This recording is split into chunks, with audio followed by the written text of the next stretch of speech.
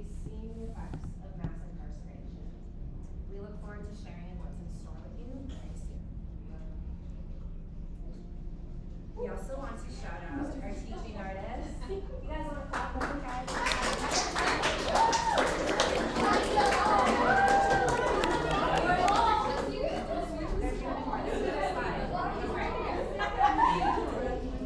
Okay, we also want to shout out our teaching artists, Jasmine Barrett, Kevin Diaz-Chavez, Dolores Commodore, Jasmine Joyner, Rita Nakajama, Sin Wynn, John Otero,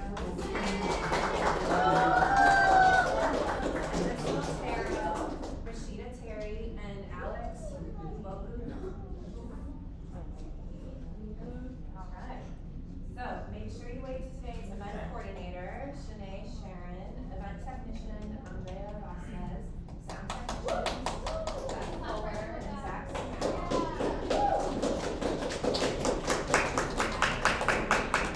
Cinematographer and editor, Jose Andres.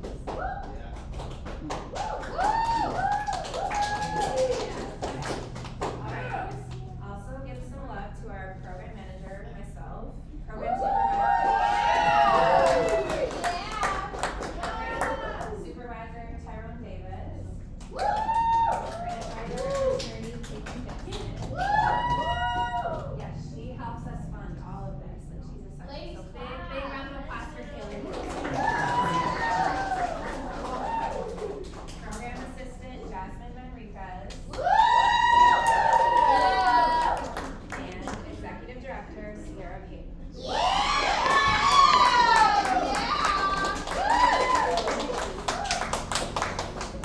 And last but not least, our program and documentation team, Ashley Robertson.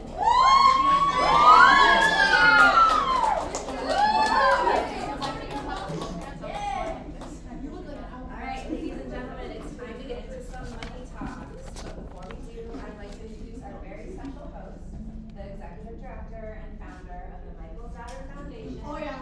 This is Sierra.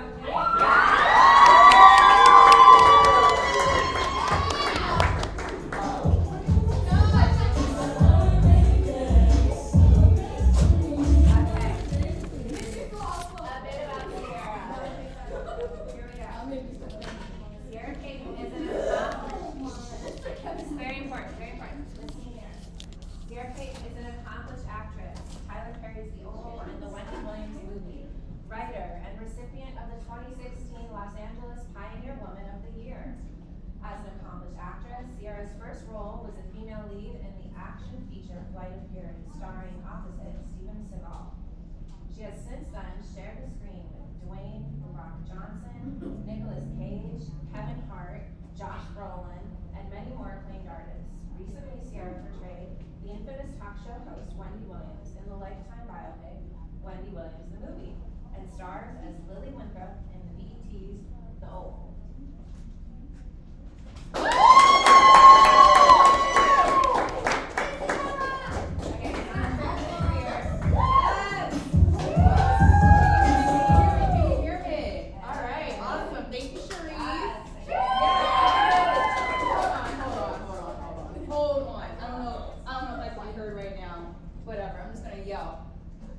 First of all, is Gals in the house?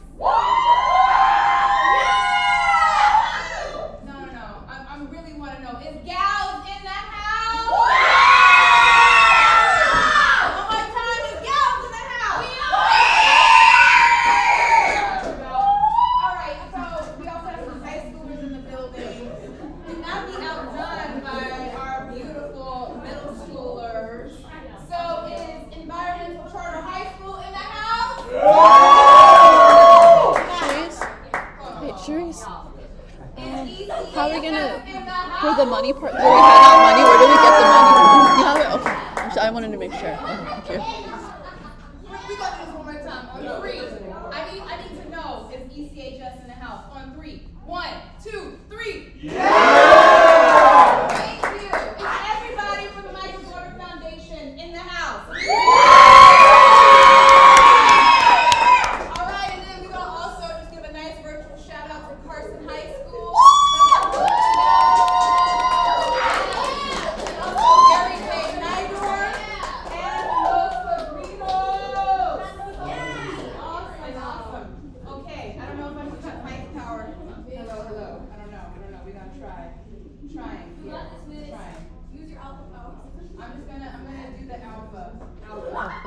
Alpha Omega. Still no sound? Nothing? Okay. All right, well look. Again, thank you so much, Sharice, for that amazing introduction, for getting us started. Good job, everybody, for repping your schools. So, before we get into the whole presentation, I gotta thank a whole bunch of people here, okay? So, I love you, Miss. I love you, Miss Lake. But I love you, Lake. So let's take a moment to acknowledge Miss Gail Cadota and Principal Dr. Fatai from Carson High School. Now, Executive Director Miss Vanessa Garza.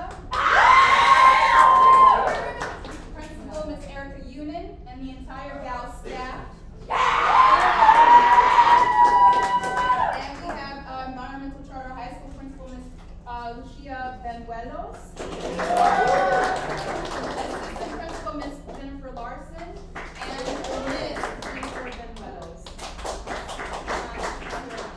And also I want to acknowledge our partners again at Barry J. Nydorf, Los Virginos, LA County Probation, Ramon Williams, Dr. Corral, Miss Newell, and Miss Carol MacArthur, and also Mrs. Johnson. So everybody there has been so supportive of ensuring the success of the Our Stories program. So please, thank you to our partners.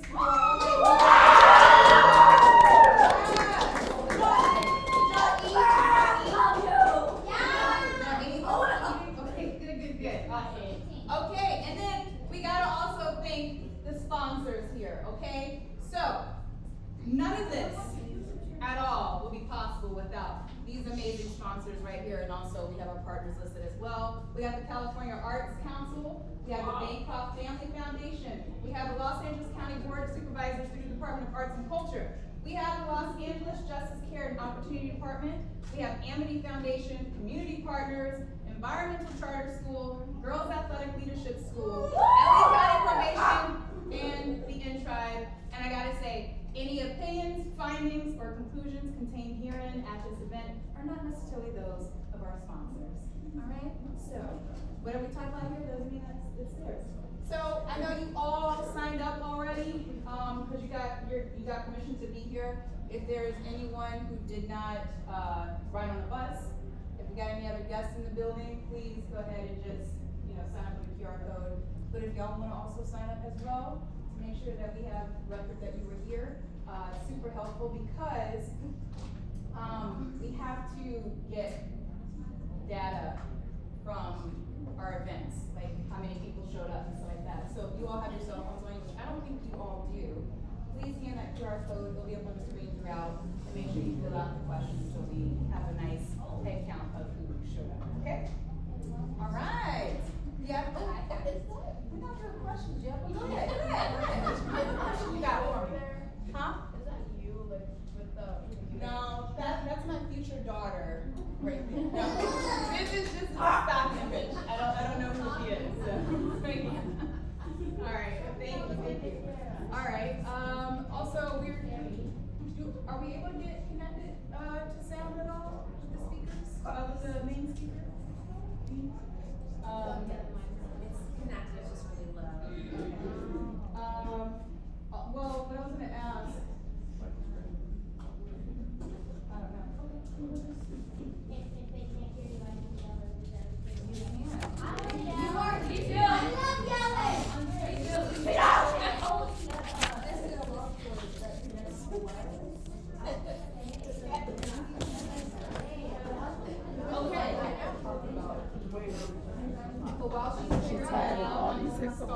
They were going off on the bus. They were like, da-da-da-da-da. Those girls are a lot. Yeah, last year. Who was here last year? Yes. And none of you all were here last year, right? Have you ever had any discussion about money at all? Money's a little taboo sometimes to talk about, right? A little It bit. makes the world go round. It makes the world go round. We're gonna get into those money beliefs, okay? We're gonna talk a little bit about that.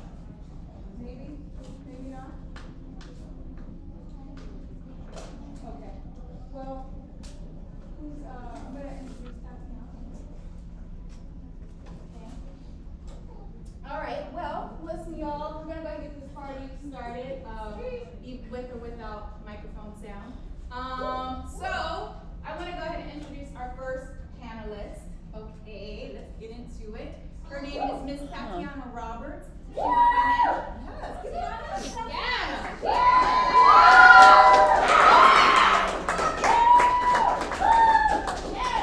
She is a financial services professional with over 17 years of experience helping clients achieve financial wellness.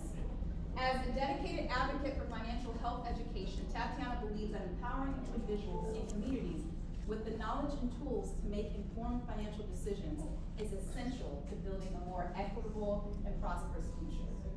Throughout her career, Tatiana has demonstrated a strong commitment to corporate responsibility and community engagement. What we're doing here right now, we're engaging with the community. Yes. High schoolers.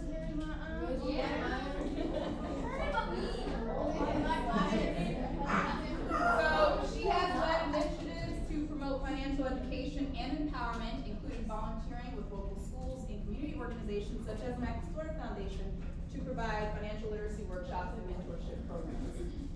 Tatiana is known for her expertise in money management, credit, and budgeting strategies, having successfully guided clients through building a strong financial foundation and building customized financial solutions that align clients' goals and values, prioritizing transparency, trust, and accountability. So, without further ado, let's welcome Miss Tatiana Roberts!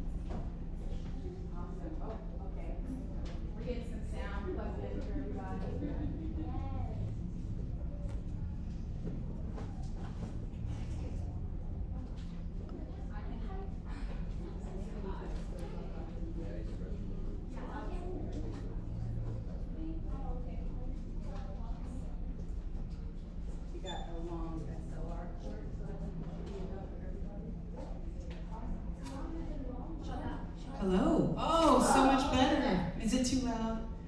Are we good? Okay. It sounds weird. Crisp. Crisp, like fried chicken. ASMR. Waterfalls. Meals. Eating. Oh That's no. not how I eat. All right. Let me know whenever y'all are ready over there. Yes, sir. Oh. Yeah, if it's not gluten free, I can't. I'm sorry. But you know what? We'll do this while we're waiting. How many of you guys have a bank account, by the way? My mom wants to send me. Ooh. Okay. You're pretty. Oh. I'm just reflecting what you're giving me, baby girl. So you pretty too. Y'all are all pretty. Yes. Huh? Or you just waving? Okay, I'll wave right back. Yes. Oh, your DJ money. Wait, so you DJ? Oh, we're gonna get into that. I'm sure you're making some coins with that. Yes, ma'am. You're Spider-Man? Yeah. Is that like something you? Oh wait. Oh, okay. Oh, everybody. Oh, okay. All right. I'll take it. I love it. Yes, wait. I'm the creator of Scooby Toy. Okay. All right, so we're gonna have silly time soon. I promise. We're just trying to get. Okay, we're good. Awesome. Yes, Kenny. My mom has a bank account for me for college on the side of the Nice. That's what it's all about. I love it. Okay. Now that we're all set up, here we go. Now we're gonna move on. We are now going to introduce our next panelist here, Mr. Brad Benedict. He is known for his role as Kyle Flint in Tyler Perry's political drama, The Oval. He is my castmate. We work together on a TV series. He's also appeared in Discovery Channel's first Shark Tank docuseries, Shark docuseries, Shark Academy during Shark Week 2021. He has also acted in Too Close to Home, Broken Halos, Love on the Rise, NCIS, and Glee. I don't know if you guys know that show, but I love it. Mr. Benedict, he discovered his passion for acting at age 3 and landed the lead in Bye Bye Birdie in high school. He studied finance at the University of Georgia while playing tennis and initially planned to work on Wall Street before pursuing acting full-time. His breakthrough came with Too Close to Home in 2016. Recently, he portrays a villainous sheriff in Tyler Perry's Jazzman's Blues on Netflix, a film that reveals decades of family secrets. Ooh. And outside of acting, Brad enjoys nature, playing guitar, traveling, and focusing on health and wellness. So let's please welcome Mr. Brad Benedict.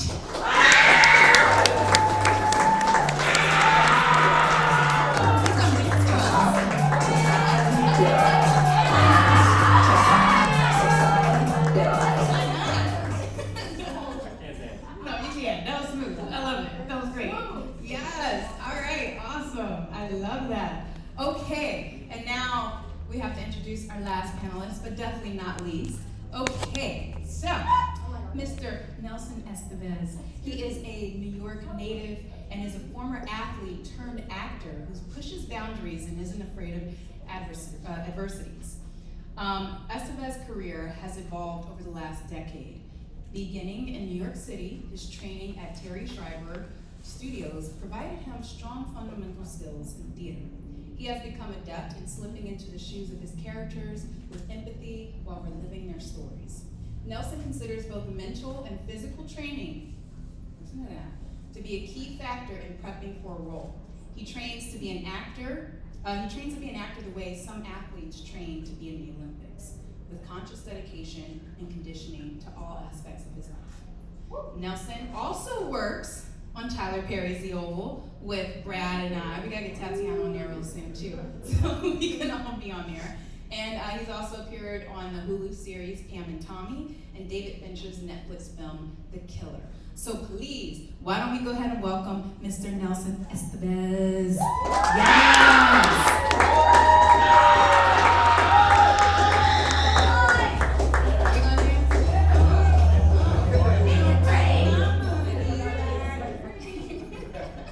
All right, well, awesome. Here we are. I'm going to go ahead and sit down, and we will have to pass the microphone, right? Or is there another plug-in for a second microphone? No, we got to pass it around. Okay, we'll pass it around. That is okay. All right, so what we're going to do is right now, Miss Cherise and Miss Jasmine, if you don't mind, where'd they go? We have to pass out some money. I think we, who perked up when we said that?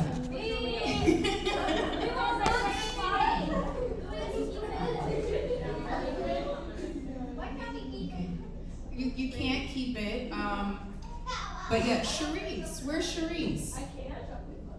Can we get eyes on Cherise, who has our funds? Cherise!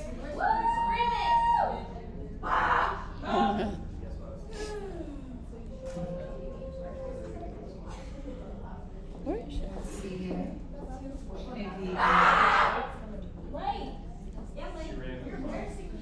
She ran with the money, but listen, so before I get into it, before we pass out the money, I am curious, what does money mean to you all? Happiness. Okay, and again, like ECHS, please raise your hand too, all right? So, what does money mean to you right here? Yes, sir. Financial stability, okay, awesome. What about you? College debt. College debt? Okay, all right, got it. It means opportunity and the things that I can do with it. For example, I can create a whole tire version of it. And I can like Own up. No. Okay, I don't know if you all want to start right. passing out the money right here. Yes. Yeah. It means I could be the Oh no, it's just. So, yeah, that does kind of mean that. But we're going to stay away from politics today, okay? Let's do that. No politics today, okay? Paulina? Things that people want us to think is the most important thing in the world is paper. Ah, okay. So yeah, Miss Sharice is passing around some dollar bills right now. I want you all to just sense what that feels like in your hands, what you think money is. Yes, sir. So he said he sees it as income and he can turn it into an investment. Okay, awesome. Anyone else have anything you want to add to that? Yes. Free things? You can buy things. Yes, yes. Helps with parenting financial costs and stuff. Okay. If like you have to pay for your car, your house, that you eat, the bills that you pay. It's an exchange for resources, right? To live. Yes. It is a survival tool. It's a survival tool. This is so. Everything leads back to money. Everything leads back to money. Okay. Yes, Paulina? Inflation. Inflation. That's what money means, inflation. Yes, Kennedy.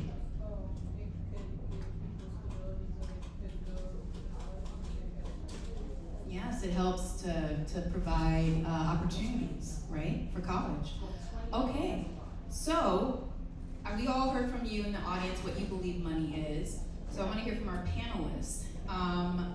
Let me start first with Mr. Brad. What does money mean to you?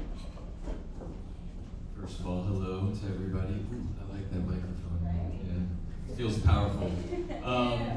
Yeah, that's a complex question, and it made me actually think myself what the definition of money is or what it means to me. And for me, it came back to money is a tool. It gives me the opportunity to be my best self because I feel like when I have my money obligations and savings and all of that under control, it allows me to be present in a moment and really just engaging with the life that I'm living, as opposed to being in my head and being stressed and worrying about the next day and the next meal. And so, as you said, it's an exchange, and it represents hard work and good decisions, but it's neither a good thing nor a bad thing. It's just a necessity in the culture that we live in. So yeah, look at it as a tool, and that can be fun and can be a really glass half full kind of thing. Oh man, what does money mean to me? So I also was gonna say it's a tool. Just to share a quick story, for me, money is freedom. Being able to do what I want, when I want it, and how I want to do it is very important to me. I don't want to be limited. And so sometimes when you think about the things that you want to do, if you don't have money, it's gonna be a little hard to do them. So for me, money means power, but it also means freedom. So I would like to piggyback on the panelists as well. Money is a tool to get whichever goal, happiness, to get whichever goal you want to reach. But in order to acquire those goals, money is also a mindset. You have to have a certain discipline to reach these goals. And it's just very interesting in certain moments in my life. I would struggle in paying the rent in the past, but then as soon as an opportunity, a tool comes in, then I'm happy, or I feel a lot more, I feel a lot happier. So at times I realize I have to change my mindset on money as well. So good. Yeah, go ahead, give a clap. Give everybody a clap on that. And I was gonna say too that I believe money is energy. Like just how Mr. Nelson said that it's a mindset, but it's also energy. So it's kind of what you place the energy on it. If you think that it's a survival tool, or if you think it's a thing about scarcity, like those things will come true. So when you shift your mind around money being abundant or money not being a life or death thing, it tends to not be that, right? So we just talked about what we think money is. I wanna hear a little bit from the audience and then from our panelists about some things that we have been taught so far about money. And hopefully by the end of today, you may have had some new things to think about or consider about money. Okay, so what are some things that, people in your family have taught you about money? Having good credit. What's important about good credit? It's like, I think it's something like how much the bank and how you owe stuff. So it's like, I don't wanna give you any words, but is it like being mindful of what's going Yeah, on? mindful of your credit. Like, if you get too much stuff with your credit card, it's like, because that means you have to pay the amount that you used from the bank. Let's talk a little bit about credit and loans and borrowing. Hopefully we'll get there. Yes? Hold on, let me see if I can get over here, because I wanna get these answers. Come on, come a little closer for me. Money, like the way that my family would like say it to me, they were at first like asking me one time when I'm older, what would I do with my money? At first I said buy a house like normal people, what would be my job, how much would be my income, then how am I gonna pay if I'm going to go to college, how much would I be paying, because college costs a lot, and if I want a car, how much am I gonna be paying for a car? Either way, I still have to be paying bills on top of that. I have to be paying for my needs. If I have a family, I have to be paying for their needs too. You have to be paying for their needs. Okay, all right, yes, Ona? In the old fridge at my house, my mom had like this list of affirmations and stuff that she had that her and dad said at like 6 a.m. in the morning while my little sister and I were still in bed. And one night I heard them screaming, "Money is energy and I am allowed to flow," and that woke me up. I was like, what the heck is going on? Nice. I probably have those same affirmations too. I'm not gonna lie. Yes. What have you been taught about money? My mom once told me that money is really important, but it shouldn't be a main priority. Okay. Thank you, Mama. Thank you. Anybody from ECHS have anything you want to throw in the hat about money? What you've been taught about it? I've been taught by many examples of real people, like politicians, that if you have a ridiculous amount of money, think about it, you will be just rotting inside as a person. Just getting misery. Okay, all right, okay. Let me hear from you. My father has always taught me to pick up like the cents that everyone drops. Everyone like sometimes lessens their value, or devaluates their work, and it's important to recognize that they're made for a reason. Even the 1 cent matters when you don't have that. Like let's say when you gotta pay for something, and it's like $1.03. I don't know. You can say like, I have $2, but like it's cool to also have those 3 cents. You on my same wavelength, because if I ever see a penny on the ground, I'm definitely picking it up, because I feel like money is abundant. Money's energy, right? And so y'all just got the money passed around to you. That little piece of paper, is that paper evil? Yeah. No, like there's the paper itself. Is it evil? Does it do anything to you? No, like just if paper. Is there anything bad about this paper? Homework? It's pollution. Well, not pollution. But what I'm trying to get at is that the money itself is an inanimate object, right? It can't hurt you. It's what you do with the money that impacts where you go with it, right? So I want to ask the panelists, what are some things that you have been taught about money, but how have you either adapted those things that you've been taught about or changed your mindset around what you've been taught about? And I'm actually going to start left to right now, starting with Mr. Nelson. So, I was raised to always save for rainy days, save if something happens. So I kind of grew up, that was the first one, save. And also at times, money would be a tool to define the person. Like, he makes 6 figures or he makes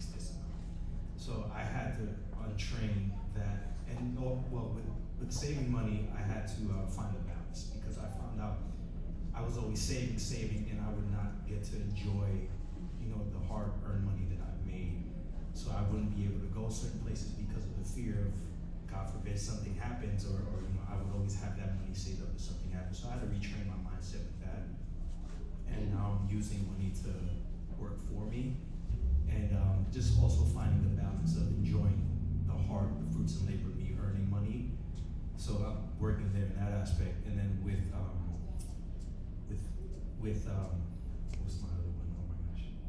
Well, for that aspect, and then the other aspect, I realized that money doesn't define you. You make the money. Money doesn't make you. So that's the other way I had to retrain my mindset.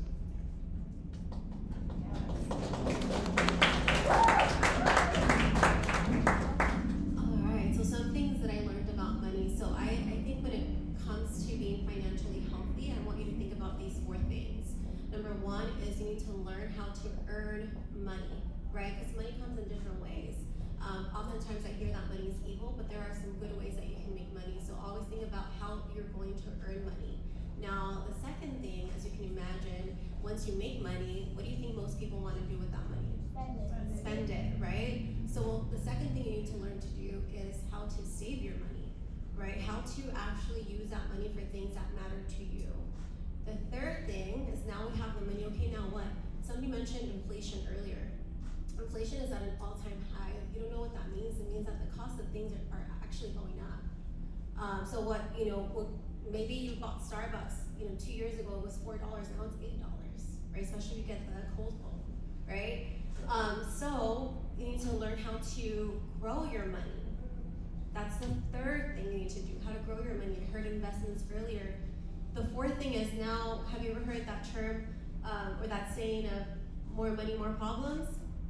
Okay, well guess what? Now the fourth thing, the most important thing, and the thing that most people forget is we need to learn how to protect our money. So those are the 4 things when it comes to being financially healthy that I learned, and as a financial health educator, something that I always teach everyone, because if you miss one of those things, you're not going to be financially healthy. Another thing I learned is that credit is not free money, and this happened to me based on my own personal experience, because when I was 18, I got a credit card and I thought it was money that was free that I didn't have to pay back. And I got into it wasn't a lot of debt, but it was still very stressful for me, and it was very embarrassing to ask for help because I worked at a bank. And so I had to, work backwards, but credit is everything, and truly the key to opportunity in this country. So that's what I've learned about money. A lot of great stuff there. I loved all y'all's answers. None of them were right, none of them were wrong. But they all make a lot of sense, and clearly you guys have started thinking about these things, and I think that's already putting you on the path to success. Just being curious. I think I grew up thinking that you couldn't enjoy the process of making money, that you had to suffer, you got to put in the hard hours, or you got to do something that you don't love. And so I was always a hard worker with sports, training 4 hours a day, and getting good grades. But as I've gotten older, as Sierra mentioned, I was headed to Wall Street. I was going to work for an investment banking firm, and actually now I probably have more interest than I did when I was 18, but I was really just going to do that because I thought it would make me a lot of money, which it would have. But I don't know if you've ever heard the word golden handcuffs, but the idea of that is sometimes you get yourself into a situation where it's making you a lot of money, or something really good comes from it, but you're not happy, but you feel stuck. If I had been working for this bank and making $1 million a year, it would have been great, but truly my passion was something else. I love to entertain, I love to perform, I loved art. So I think where, my dad taught me the value of $1, love that, pick up every penny, as you get into the workforce, you realize that money, every dollar takes work, it takes effort, it doesn't just grow on trees. But my dad always taught me to start early, But what I learned for myself was that pursuing a passion figuring out what you really like in life, what you want to spend your time doing every day. You've probably heard that a million times, but it's really true. I don't think I would have been as successful working in the banking field because my heart wouldn't have been there. I wouldn't have been passionate about it. But when I got to LA as a 22-year-old, had nothing, I'd done one play in high school, but I loved every minute of it. So I was able to put in 8-10 hours a day of going to acting class, going to workshops, meeting people, going to networking, writing scripts, being in a writer's group that met every week. And because I had that passion, it allowed me to be more successful at my job. And the idea of, I'm gonna ramble here so you can cut me, but there's something I really love in life that's come to me recently, and it's the idea of a positive feedback loop. So it's sort of where the fact that I loved what I was doing, I loved acting, I loved performing, allowed me to put more work into it. Because I put more work into it, I got better at it. Because I got better at it, I made more money. And because I made more money, I liked it even more, and then I worked harder. So it's these kind of things, if you can find that snowball effect in life and find something that really interests you, it can take off, and all of a sudden, we think that it has to be miserable, the putting in that work to make money, but I really think if you find something that you want to show up for, then all of a sudden it becomes a joy and it becomes fun, and you end up being better at it and getting better and better as you go, which reminds me of compounding, but we'll talk about that later. But yeah, so you do find something you love, you're passionate about, and there is a pathway to making a living and probably doing better than you would have if you had just taken that job that seemed like it made you a lot of money. Yes, that deserves a huge hand clap. Yes, I'm just giving myself an award now. We got a situation. Good situation though, food. So that was really, really good. I enjoyed that. I would just say for me, some of the things that I was taught about money early on was just that it was hard to come by. We're gonna get serious for one moment, so excuse me. But yeah, I mean, some adults in my life, did some bad things to get money, and I never felt good about that, watching that. And so I knew deep down inside that I wanted to do something different and do things legally and good to make money. And I relate a little bit to what Mr. Brad was saying, is that early on I feel like I had to do so many different things in order to make money, like work really, really hard. I mean, at one point I had like 5 jobs and was barely making any money to make ends meet.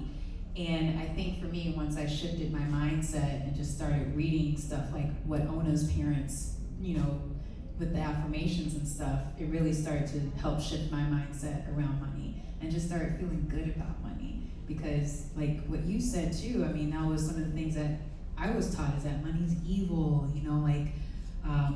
people who are rich are evil people, and it's not true. Like people are gonna be whatever they're gonna be, and maybe like having wealth can amplify it, but there's also a lot of wealthy people that are very, very good people as well, and also, contribute to, things like this. So it's all about what you think, and it's not about the paper or the credit card that you hold in your hand. And also, I'll just add to that is, how awesome would it be if we all changed our mindsets around making money, and we all walk away or, become super wealthy, and we can circulate it in a way to where everybody can benefit from it. So just things to consider that. All right. So I want to get in a little bit. Brad, you did talk about going into finance, but one of the things that I remember you shared with me very early on in your life, when you were about high school age, is your dad taught you about Roth IRAs. Yes. I didn't know what that term was maybe until 3 years ago. So can you please explain what a Roth IRA is and why your dad put you on it? Sure. Some of this may get technical, and hopefully you can follow. I'll try to, keep it into something you can understand. But so my dad, I didn't know the gift that he was giving me. Just kind of teaching me from a young age about getting started and saving for my future, for retirement. Retirement seems so far away. Maybe you're 60, maybe you're 70. And I know you guys are so young, and it feels like it's infinitely far away. But it does creep up on you, and it happens, and it can start to get scary, and you don't want to be getting older and think, oh, I'm never going to be able to stop working and enjoy my golden years because I haven't prepared for the future. So there's a lot of different retirement accounts. A Roth IRA is a retirement account, which generally speaking means that it's going to have a tax shielding aspect to it. So we all know we pay taxes, income taxes, all sorts of different kind of taxes. Where a Roth IRA, what's cool about that is you don't get the tax benefits at the beginning, but every cent that I would put into this fund, say I put $100 in, and by the time that I come around and I want to retire, if that $100 is worth $10,000, usually you would be paying an income tax on that, and you'd be giving away 30, 35%, whatever it might be. With a Roth IRA, you don't pay any taxes on that because it's a retirement account. It shields you. So there's just, it's fun. There's a lot of different ways that you can figure out the system. It's sort of like a game. And so as soon as I became of working age, 18 years old, I think at the time you could put a maximum amount of about $5,000 into a Roth IRA. And I couldn't imagine how I would be able to save that as I just got out of college and I was struggling to find work. But I decided to take a very small amount each week from a paycheck and did an automatic transfer. So I took from my savings or from my checking account and I said maybe $25 a week, right? And I didn't feel that throughout the year, but by the time the year ended after 52 weeks, I had magically somehow had all this money to be able to fully fund that account. Now, over time, $5,000 a year, $5,000 a year, and as that grows and you use that money to make money, again, we'll get into investing, it's pretty incredible how much that can multiply.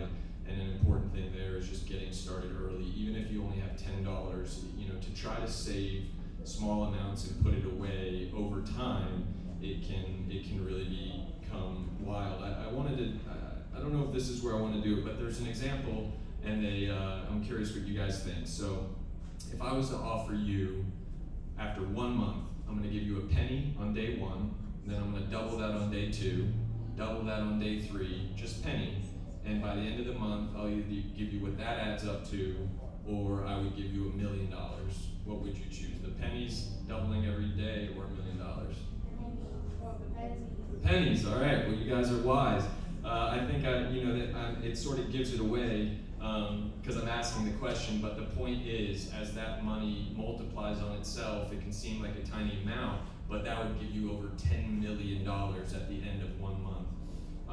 So I think the earlier that you can get your money working for you is far more important than putting large sums of money into these accounts later on to try to catch up. So I know I went all over the place there, but I really, really encourage you in whatever capacity you can to find a mentor, somebody sit down. This stuff is really quite simple, even though it sounds technical, and get started early. As soon as you're making, even if you guys are under 18 and you're working now, you can start putting a little bit away, and I'll tell you what, by the time you're 50, 60 years old, you will be a multi-millionaire, almost no doubt about it, and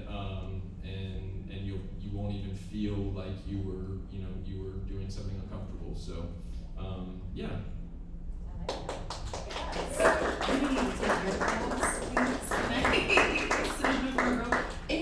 Before I move on, any questions about that at all? I know it sounds super advanced. It sounds very, very adult. You don't have to do it right now, but if you just think about it, maybe do a little bit of Googling when you get a chance, and then that's that, right? Okay, cool.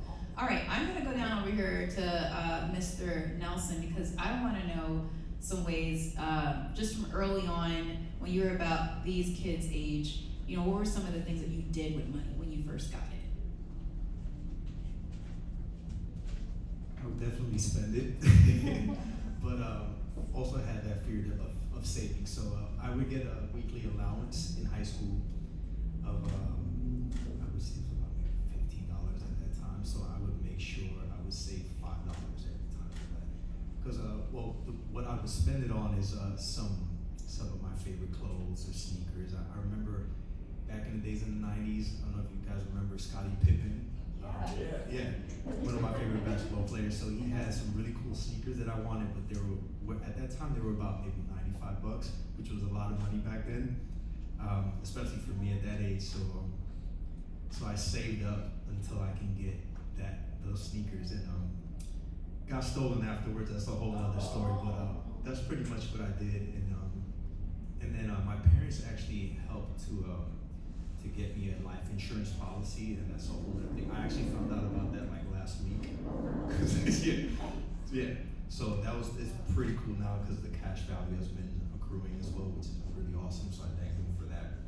But yeah, when I was younger, I was just I would save a little bit to get something, and that was like my reward for saving. But I definitely would spend it as a kid. Okay.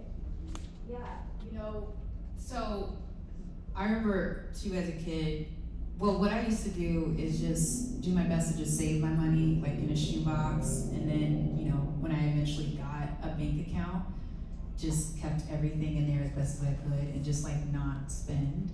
But one of the things that I think I was taught a little bit later in my early 20s was about budgeting.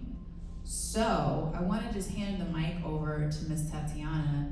And also you can share a little bit too about what were some early money habits you had. But I would just want to talk a little bit about budgeting and what the importance is of that. So it's your word. Thank you so much. So budgeting is one of those words that just people don't like. A lot of people associate budgeting with what word? What is it? Broke?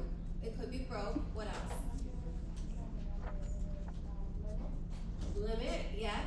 So a lot of people, when they say, oh, I have a budget, they automatically feel like, oh, I don't have money, or I don't have enough. And really changing the mindset around what a budget is super helpful. It was really helpful for me because, like Nelson, I used to always spend my money to the point where my account went negative all the time.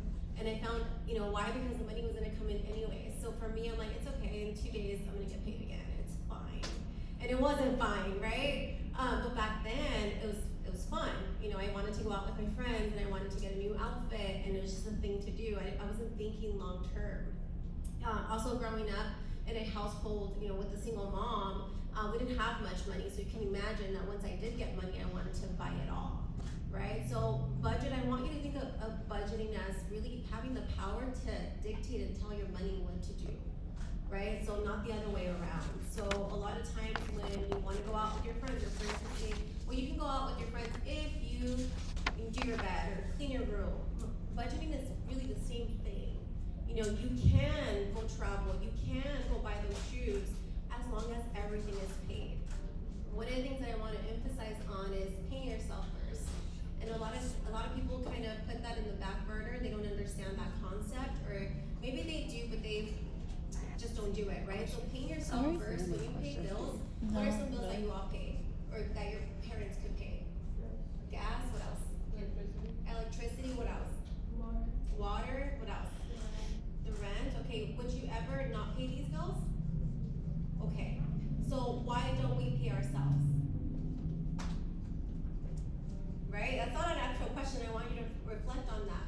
So when we say pay yourself first, that's what we mean. If you're paying your phone bill, if you're paying your rent, if you're paying everything else, why not make it a priority the same way that you pay your phone bill to pay yourself first, right? So when you're creating your budget, it's very, very simple. It doesn't have to be overly complicated. I do want to share that we have a lot of resources at Chase. You can go to chase.com/financial goals. You have a flyer in front of you. There's so many tools online where you can build a budget where it doesn't have to be super complicated. How many of you get allowances?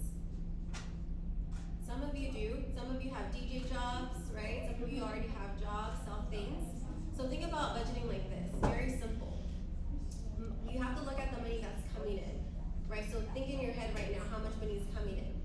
So you have an idea of what that is? Okay, great. Now think of all the money that goes out.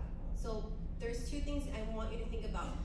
flexible expenses and fixed expenses. Fixed expenses are those that you already talked about. The rent, the utilities, right? The phone bill, things you have to pay, the internet, because we all know you need Wi-Fi, right? Those are the fixed expenses. And then now that's gonna give you your total. That's how much you have left over. Now you can budget for, how many of you like Starbucks? I like coffee, so I have to budget for that. How many of you would like to travel?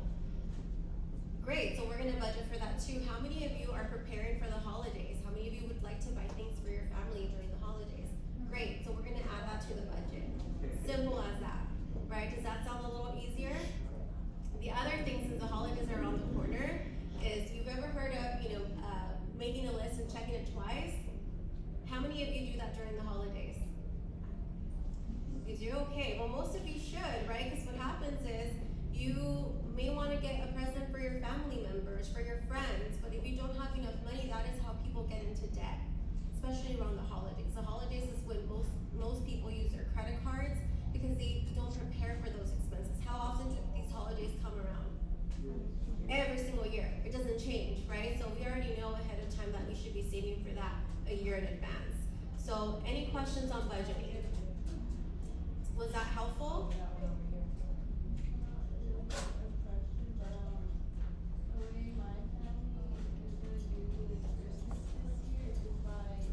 Spending money on experiences instead of presents, so they're like memories instead of things that we'll probably get over.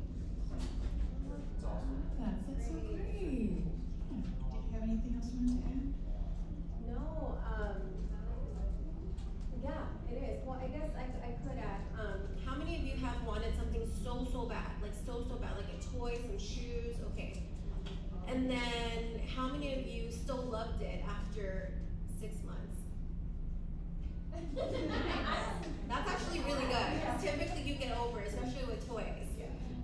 But also one thing to emphasize is your values. That also has a lot to do with what you care about, how you spend your money. So for your family, it's going to be experiences. I'm there with you. I also want to create these memories, because if I buy my daughter, for example, a toy, she may forget about it. She may get over it, right? But if I take her on a trip with my mom, which I did, that's something that she's going to remember for the rest of her life. So I love that. Yeah, y'all, this concept is so huge.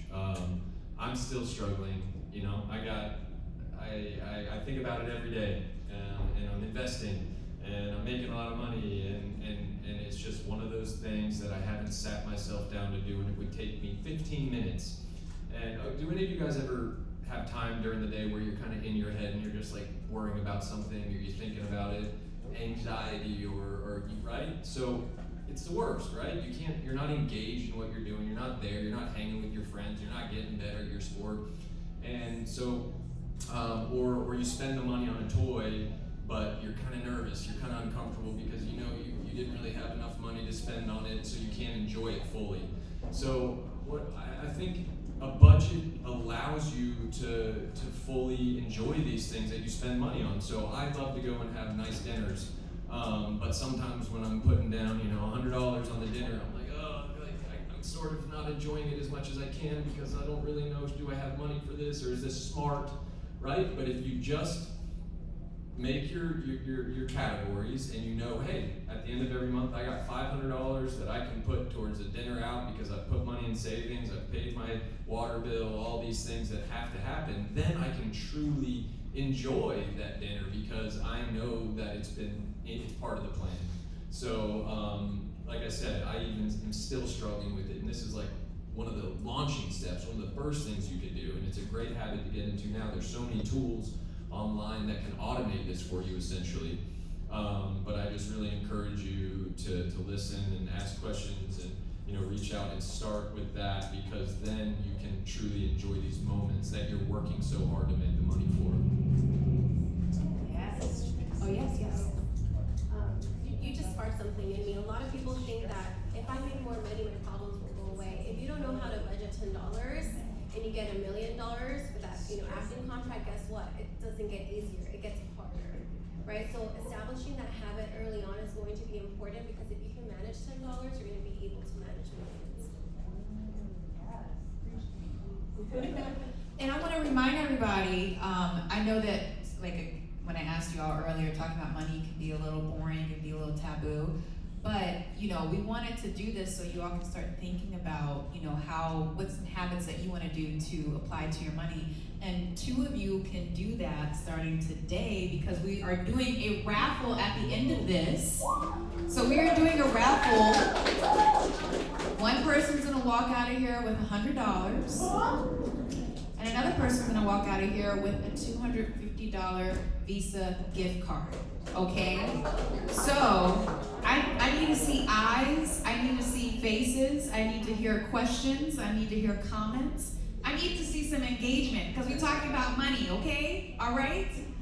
Yes, I know you've had your hand up for a long time, but is it about Anne Boleyn? No? Okay, good. All right. Stop laughing. All right. Sorry, I didn't mean to do that. Sorry. What's your question? Not a question, but a comment. When we're talking about money, I'm now remembering, like when I look at my cash account, if I would have saved up over the years, I would have had over 1,000 years. I'm gonna say over $1,000. But still, I have $0 in my bank account right now to this day. She's And saying. it's because my dad sent me like $500 once, along with $300. Ooh. And I spent all that money in Well, less than a week. Well, look, let me tell you. So she was saying how if she's thinking about now, if she would have saved money, she would have had more than $1,000.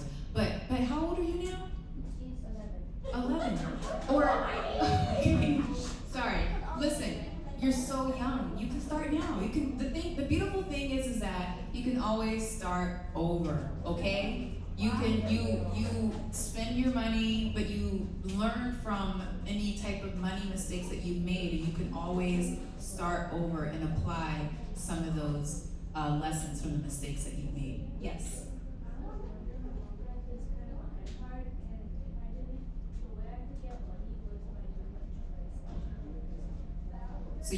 So your mom gave you a credit card that basically exchanged money for doing chores, right? Awesome, I love that. Yes.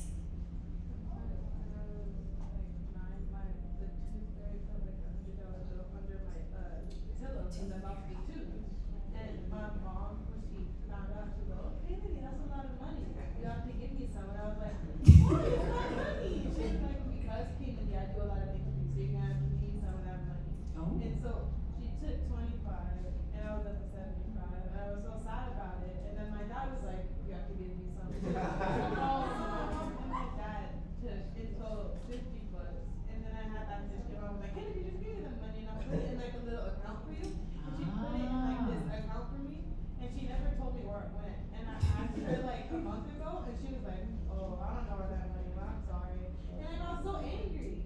Well, remember you did say that they started a college fund for you, so probably could have gone there. But we're grateful for the Tooth Fairy for giving you some funds. I love that. And, maybe supplementing some money for your parents. So thank you, Tooth Fairy. Yes, I'll take 2 more questions.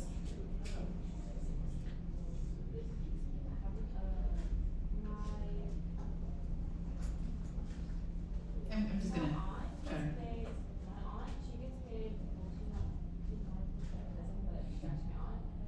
She is 10 years old. She gets paid $100 a month by her dad. She spends it all on Five Below in a day.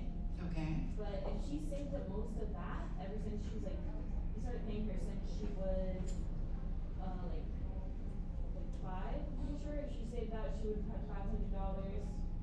And I'm pretty sure she would have had like 500 better than 100. So by looking at other people's money habits, you can apply some to yourself. So I know I said I'm gonna take 2 more questions, but I'm gonna have to move on. Unless Paulina, what you got? What you got for me? Okay. Okay, so according to the Tooth Fairy, I used to get 20, and that's been like I've been saving that for years, and all that year that results in like maybe $300. And then like in the past year or so, I may have gotten, cause like my grandma's always saying, you got to save up, don't spend any of that money. And I did not for all of those years until now, where I spent it all. You guys are so young. You're gonna make some money. I promise. You're gonna make money. I do want to just move on really quick and ask our panelists. what are some mistakes that you have made with money? I know this wasn't a part of the questions, but now that we brought this up, what are some financial mistakes that you have learned from? Who wants to go first? All right, off the cuff here. This is going to go kind of against some of what we've been saying about saving and all that. Absolutely, great habits, and a portion of your money, you're going to be well served to save and allow that money to slowly build. But also there were times when I was too nervous to invest in myself, to spend some of that money. So yeah, sometimes the money comes and goes, and sometimes you spend it on things that you love or experiences. And I would say that a decade ago, I went for my first time to Europe, and I went traveling, and it cost me, at that time, it felt like a lot of money, and I had been waiting for many, many years to take that trip. And when I went over there, my eyes were opened up to so much. I saw how so many other people in the world were living, and my interests expanded. My excitement for life expanded, and inevitably I came back, and that built me into a better person, which then helped me make more money. It gave me more of an understanding of a character that I had to play, so I was able to do a better audition. I felt recharged and ready to go at it, go at my work with more vigor. So the point is, save, budget. This is all in budgeting. This all is in choosing categories where you're going to put your money, where you're going to save it, where you're going to spend it, making it wise. But I had the mistake for too many years where I was afraid maybe to upgrade my busted tire in my car, so then it would cost me going to a job because my car would break down, where it's like, if you put money into certain things, investing in yourself and your experiences and your interests, that can also be a great thing as long as it's part of the plan and part of the budget that's necessary too. You don't have to be so stressed every dollar you spend. Promise, it's gonna come, and you'll be able to, with these lessons you're learning over time, you'll forget a lot of what you hear today, and then you'll hear it again, and eventually it's gonna become a part of you. But if you can enjoy it and get excited about it, then it can allow you to really invest in yourself. Did I hear you're a DJ? Was that somebody? DJing equipment, maybe somebody was afraid to spend that $250 for, or whatever it might cost for that piece of equipment. But if you, then there's the other person who puts that money in, and then they're mixing and scratching, and the next thing you know, the next month they get a gig and they make $500. So there is, money can be a great resource to build yourself. It's just budgeting and making those wise choices of where you're going to put it.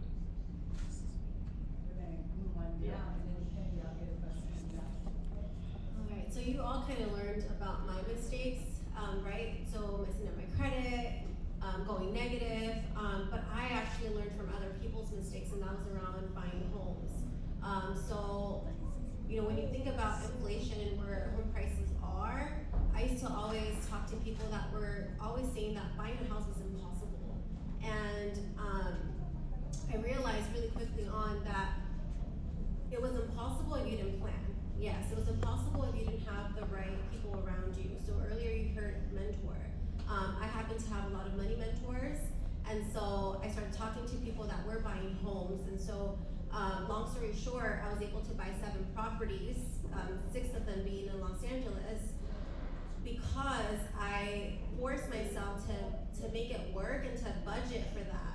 And the reason why I say it was somebody else's mistake was because my aunt, for example, she was always waiting for the right time. Oh, when the houses go down, when the interest rates go down, when something happens. And well, now guess what? It's been 20 years since she's never bought a house. Had she bought a house 20 years ago when we were having this conversation, that home would have been worth well over $1 million, right? But back then it was still too expensive. So that's probably the biggest money lesson that I've learned. I just bought a 2-unit property in January, and again, people were like, "You're buying a house?" Well, that property increased $250,000 in less than 2 months. The cash flow is there. So I would say make sure that you have the right people around you, people that have done it before, because if you are thinking about buying a house or starting a business, and you're talking to your friends, and your friends are like, "Oh, that's impossible, that's not doable," well, that's because they've never done it. But if you ask someone who has done that, then they're gonna say, "I've done it, let me show you how."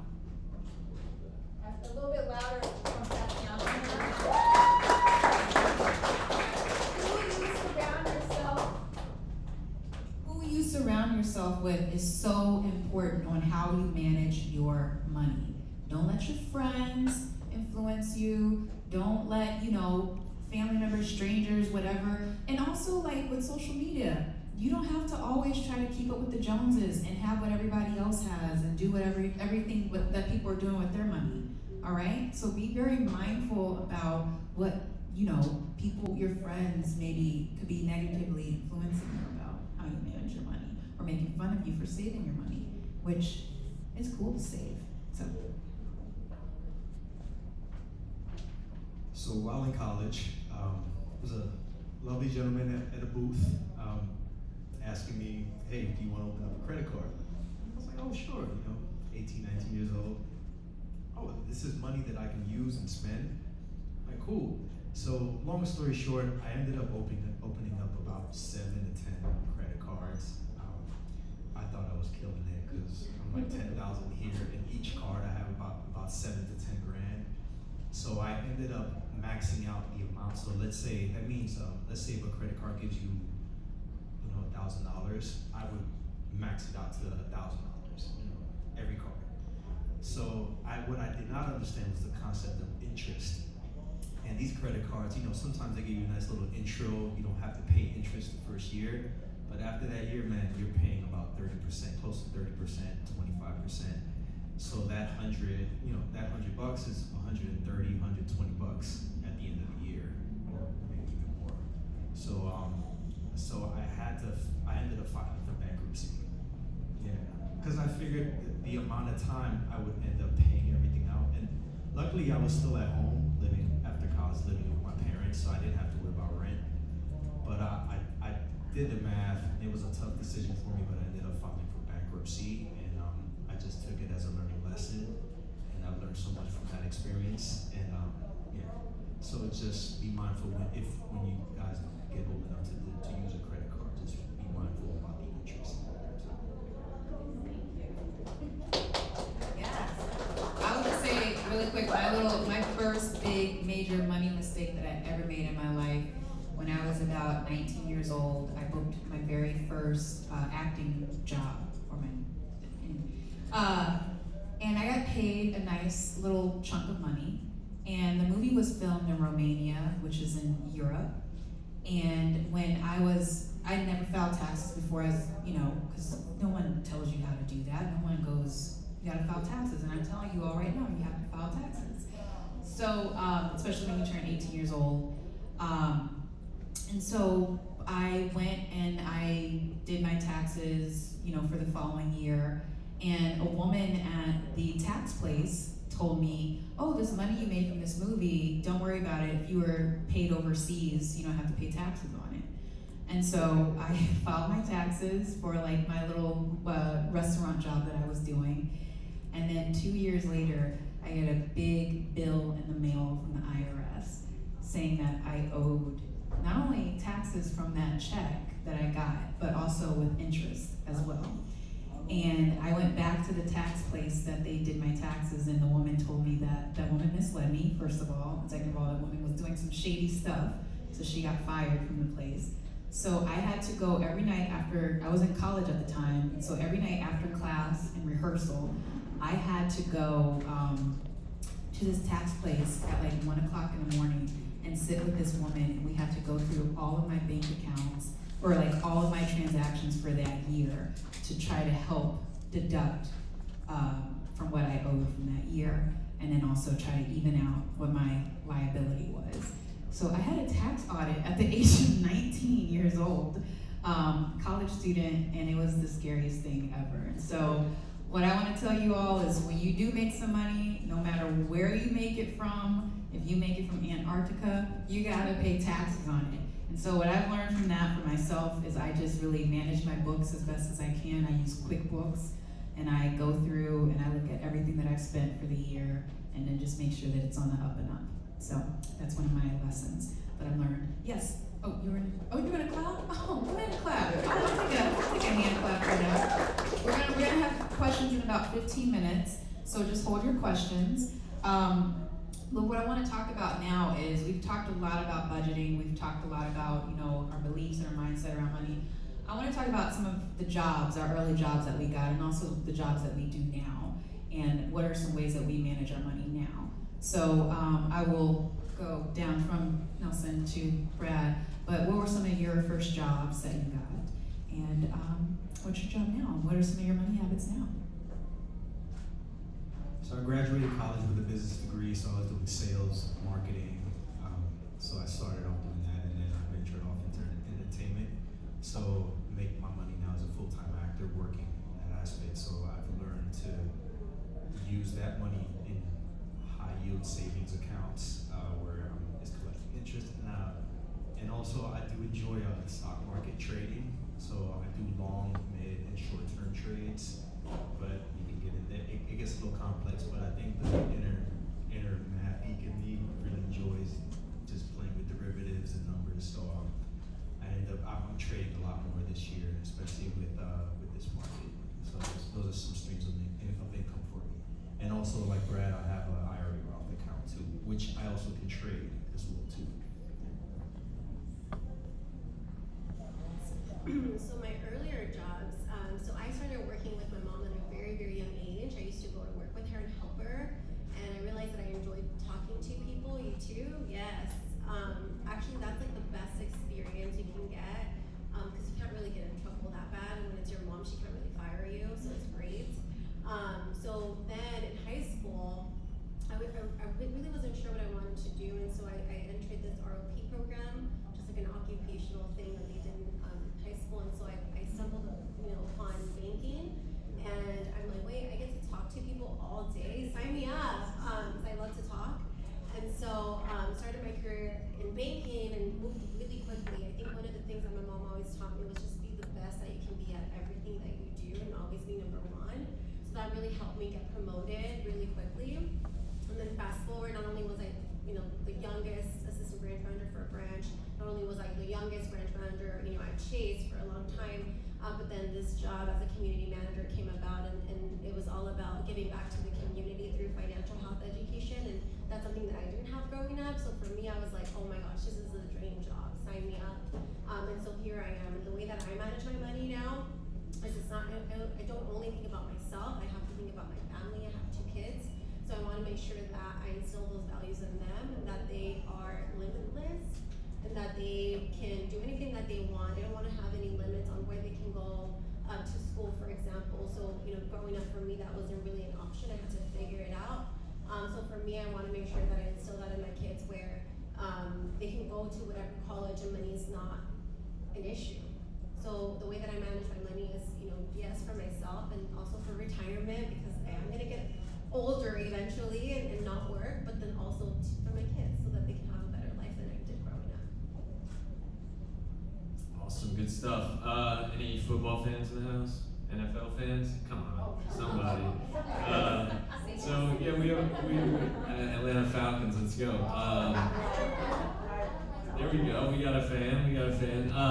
So I've made little bits of money for chores and things like that for my parents. I didn't really have a regular allowance, but my first paid job as a high school kid, I worked for the Atlanta Falcons, and I got to run out onto the field and shoot those air cannons and shoot T-shirts into the crowd when we'd score a touchdown. And I think that was the first job I actually paid taxes on. And then I would cut lawns occasionally with friends, and then actually one form of work, I suppose, where my friends had, they were working at a fast food joint or whatever. I wasn't always having that part-time job because I was training multiple hours a day as a tennis player to try to get that college scholarship, which ended up happening. So in a form that was trading, my time and my effort for money in some fashion. It was just a delayed, payment essentially. So I think it's really great to have jobs as young kids. It teaches you discipline and grit, and it really does get you set up for the future. If your parents give you chores and give you an allowance, if your parents give you an allowance, I think it would be, actually, forget what your parents do. If I was to get an allowance from my parents, I would hope that they would give me that allowance because I did a chore. I just think it really helps you to learn how things work. You know, you gotta put in to get back, and you gotta put into the system, you get back from the system. You put energy in, you get energy back. So those were some small jobs. When I first moved to LA, before I was getting, you know, big acting jobs, I did hundreds, maybe thousands of days of extra work. And in our world, some people kind of look down on that. You know, you're the little guy on the totem pole, but I found that it taught me how to be a professional when my time came, when I finally got to have speaking roles. So it was really exciting. I got to be around the craft that I loved, and ultimately, you know, I made enough money to get in class and pay my bills, and I just thought it was a great working experience. Now, today, I get paid as an actor on the Oval and any other jobs I book. I also get some residual income, which is something that you'll learn about. So for jobs that I did in the past, when they re-air on television or on some streaming, I get money for a job that I just got a check for something I did 15 years ago. So there's a lot of ways, in not only in acting, but in other businesses. If you have a license for, you know, a product or what have you, you could put in work today, and that can pay you for years on end for the effort you put in today. So those are just things maybe to look into, of jobs that can provide some sort of residual income or cash flow. I also am a big investor, so I enjoy investing. It's something that doesn't stress me out. Every morning when I wake up with my coffee, I go into my stock account and I'm looking for the companies that are going up and down. I'm trying to value companies. I look in the world and I try to get a sense of what I think is happening in society and cultural trends. So you got to do your due diligence, but ultimately stocks are basically when you at Chase Bank, if you thought this is a great bank and I believe in what they do, that you know can evaluate their income and their debt and things like this, you could choose to give tiny little amounts now. They do slices, so you don't even need a full share, where you could invest in this company and be a small partial owner of the company. That's what stocks are essentially. So as the value of Chase would go up, you guys would make money on the little bit of money that you invested with them. There's also one other aspect, I'll be quick, is dividend income, similar to residuals, but if you invest in certain companies, they are required to pay you a portion of their profit. And so, say McDonald's, I own some McDonald's stock. I think it's 2 or 3%, maybe, it depends on the price right now. But every quarter, McDonald's sends me a check for cash as a part of the earnings of that company because I'm a partial owner. So, you know, my goal for me, for financial freedom, to get to a point where I feel like if I didn't work another day in my life, my goal is to get to a point where my dividend income can pay for all my monthly bills, you know, and that's very possible. It's taking time, but I see that within the next 10 years, before I'm 50 years old, I'll have the opportunity to potentially say, okay, all my investments are now paying me a little bit every month, where if I chose not to, I could go sit on a beach. That's the dream. Yes. Yes. All right, we're gonna wrap up soon, and then we'll open it up for questions. And I'll just answer the question too. When I was about 14, 15, 16 years old, I would say, in New Orleans, I started working in restaurants. So I was a hostess for a restaurant in New Orleans. And then I started getting jobs as like a teacher assistant for summer camps. And I started working at summer camps at 16 years old. So I started teaching and working with young people like you since I was about 16 years old. So that was some ways that I earned money. And then when I moved out to LA, I was doing the same thing. I was doing teaching, but I was also bartending. I was waiting tables. I was catering. I also did like some odd jobs, like do like bedazzled iPads and iPods and stuff for like kids' birthday parties, which was actually like pretty fun, and I made some good money doing that. And it was a lot of fun. And yeah, now I am an actor. And I also, I work with these guys on the Oval, but I'm also the executive director of this organization. So that's another job that I have, and then sometimes I do still teach.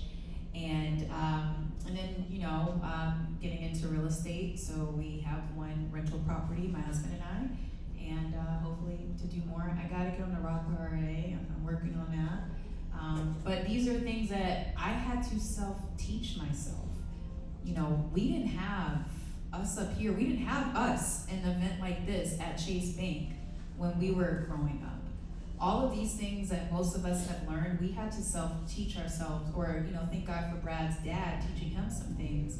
But for the most part, a lot of us, we don't get, especially in our communities, right? We don't get a lot of financial wellness tips, right? We just kind of get things passed on from what our parents believe, what our families believe. But really, really take it upon yourself to let some of this stuff land that we're talking about today, or take it upon yourself to do a little bit of Googling, a little bit of digging. Go to chase.com, see the things that they have to offer, but also, do some due diligence and just finding some ways in which you can manage the money that you're gonna start earning eventually, all right? And so I just wanna know right now, what jobs do some of you all have? I know we got a DJ in the house, so we should, next time, we gonna get you on the turntables, or get your playlist going. But yeah, I'll start back here. What's a job you have right now? Well, technically it's not a job, but technically it is. Okay, like there's like this program that I somehow got into. My mom didn't send me up for it, but I somehow got into it, where they pay you $90 to just watch something and give your opinion. So it's like surveys. Yeah, like you just watch a show that hasn't come out yet, Mm-hmm. you give your opinion, and then either you stay for 1 extra hour to like explain your opinion, or you just go out, get your check, and you get paid $90. So you get paid $90 for watching content. Ooh. And what are we doing in our classes? We're creating content. We're creating animations, right? And I just want to park right there 1 second. So in the whole TikTok and Instagram and YouTube world of it all, do you all know that you could create content and eventually get paid for it? Or instantly, depending on where you put your content? So that's a stream of income that you can start doing now. DJ, I have a little brother who, at your age, he started making music and uploading it to Spotify and SoundCloud and Tidal, and made money anytime somebody played that music. So that's another thing that you can take into consideration. Yes, Mona? Well, it's not really a job, but it's like two things that I'm trying to do. So I told you this already, but there's this video game on Roblox called Adopt Me. People pay like really, really amazing, like super cool pets for the game. You can sell those pets for real money, and they pay like really good pets for like coquette or preppy houses into game. Yeah, okay, so Roblox, you're making money on Roblox, I okay. haven't done it yet though. But you're gonna get into There's it. websites where you can sell pets for money. Okay. But this is all creativity too. And I like this idea that you all are making money off of being creative. I love that. Yes, Lee?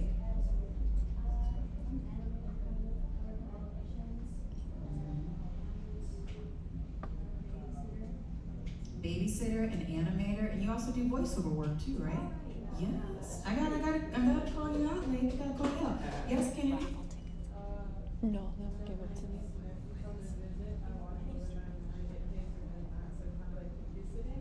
And my dad will sometimes give me money because, like, I'll call him and, like, I guess, like, some of the kids don't call him a lot. So whenever I call him, like, every so often, he'll be like, oh, I love you, and then he'll give me, like, some money. Aww.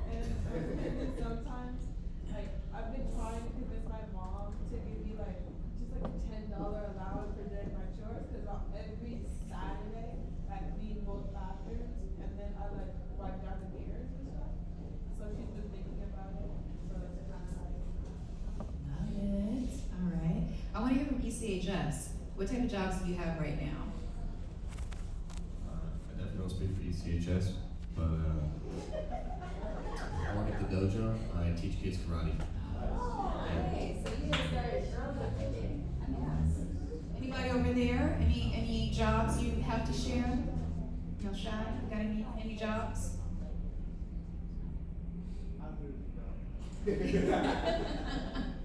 All right. Yes.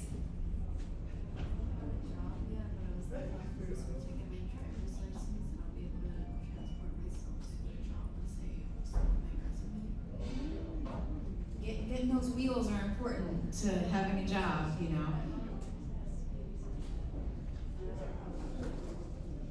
So we got a lot of babysitters in the house. Yes. Ah, handing out coupons for Johnny Rockets. Do you also do the signs? No? Okay, all right. Sorry. Yeah. Yes. Okay.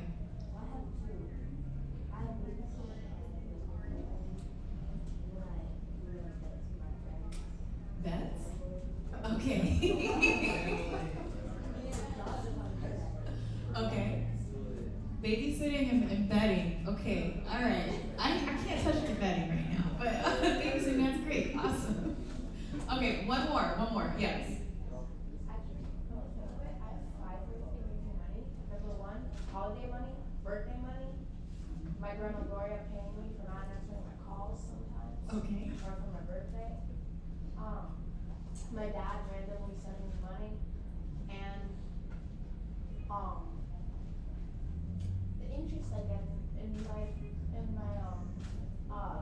bank account that my mom set up for me. So you just get money for existing. That's what you get. That's what I'm trying to get to. I just want to get money just for existing. Awesome. So we are very, very close to time. We're going to open it up for questions right after this last question right here. Twofold, and I do want to start with Tatiana, if you could just answer this, but what are first of all, Mr. Nelson talked about a high yield savings account. He mentioned it, and I would love for you, Tatiana, if you don't mind, Miss Tatiana, sharing what that means. And what should these young people do right now as soon as they get a job? What are some things, like what's the first thing that they should do when they get a job? All right, so I'll work backwards. So the first thing you should do when you get a job is definitely open up a bank account. It doesn't matter where, but I do want to emphasize that the relationship that you have with your bank is going to be super important. Why? Because you want to grow with your bank. So you have to look for those banks that are going to offer you things as you earn more money, as you have bigger financial goals. You really need to work with a bank that's going to help you with those goals, no matter what that bank is. Another thing that I want to emphasize is a lot of people assume that in order to have a banking relationship, you need to have $1 million or more. Reality is that you can have $1, you can have a great banking relationship. That's going to be your responsibility to create that relationship with that banker, so that they can guide you. So that when things do open up or offers open up, you're going to be top of mind for them. That's going to be super important. So definitely make sure you get a bank account as soon as you start working, because most of the time they're going to pay you by check. They're not going to pay you in cash. And if you go to a check cashing place, they're going to charge you a ton of money just to cash your own money, which is, in my opinion, is not the right. It's not right. It's not cool. Unless you would like to give free money, then let me know. But definitely, I don't like to give my money away. So definitely open a bank account. The second thing is open up a savings account. And so a lot of people think that you need a reason to have a savings. Oh, you want to save for a car or a house. Reality is that over 60% of Americans do not have $400 in case of an emergency. How often do emergencies happen? All the time, right? So definitely open up a savings account. And the earlier that you get into the habit of breaking down your money in a way that it's easy for you, so for example, let's say it's 50% for expenses, 30% for, for savings.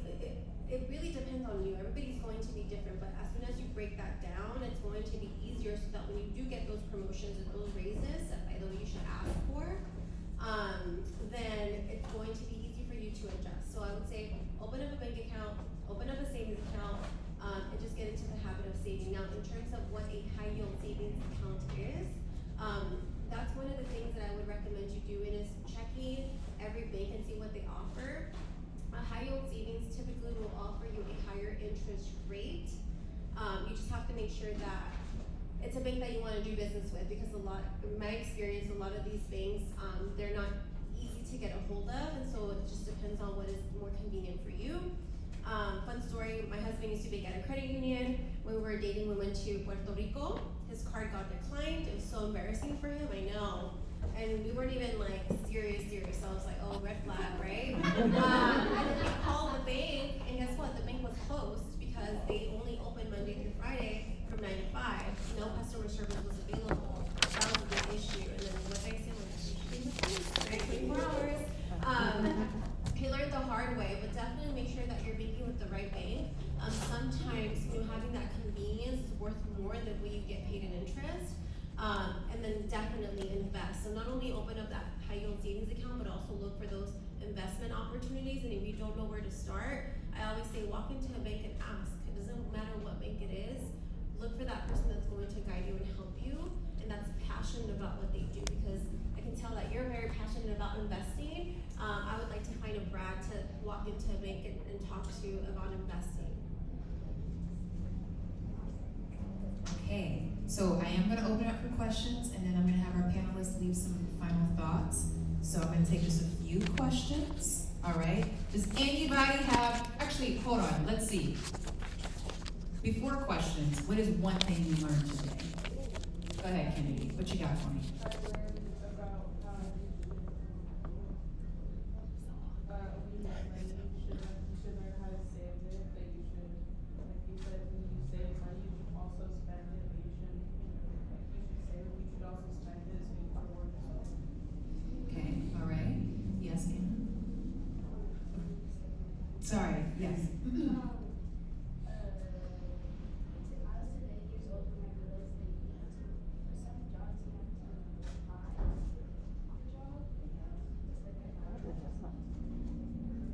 Did we say that? Have to buy the job? No, it's okay, it's okay. Oh, like investing in something. So yeah, so sometimes, especially if you want to be like an entrepreneur, like own your own business sometimes, let's use the DJ stuff, for example. Yeah, you might have to put some upfront cost in terms of like buying DJ equipment. And then you can go and DJ and charge your fee, and then eventually that money that you make will cover the money that you spent for the equipment. So yeah, you were right. Yeah, good. Yeah. Mm-hmm. I'll come back to you.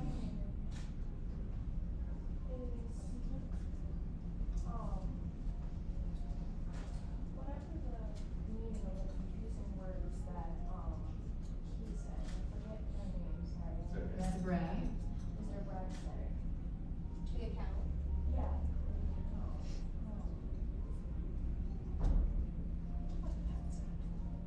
Is that your final thought? What about the account that you talked about? Saving, like.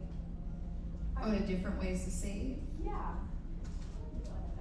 Okay, all right, thank you. Yes. Rob? Yeah, that's a big one. I'm learning about that too right now. Yeah, thank you. Ona, what did you have that you want to share that you learned today?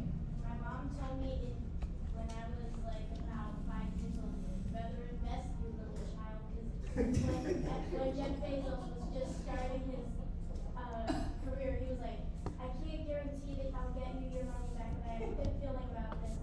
He got like all his like friends to a dinner party, and he asked them to invest $10,000 each in his career, and about like 3 or so of them was like okay, and then the rest of them turned it down, and they got so, and a few years later they were so sad that they turned it down that they won't even get an interview about it. Like they're like, oh, you will never speak of this.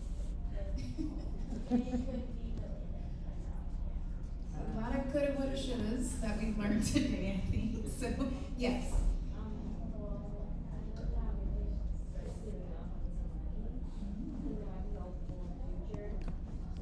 Sure, yeah. It's never too soon to start saving. Do we have any questions at all online? Anything? Okay. Yeah. All right. Anybody from ECHS? Yes. I wanted to ask, like, what were some of the resources that you found when you went to support yourself struggling financially? Because we're curious and we want to learn more, because I know, like, I just want to know what you guys believe is reliable or what has shown to be reliable. Okay, so he asked, what are some of the resources that we found on our own when we were really struggling, and what was really reliable? Who wants to answer? Mm-hmm.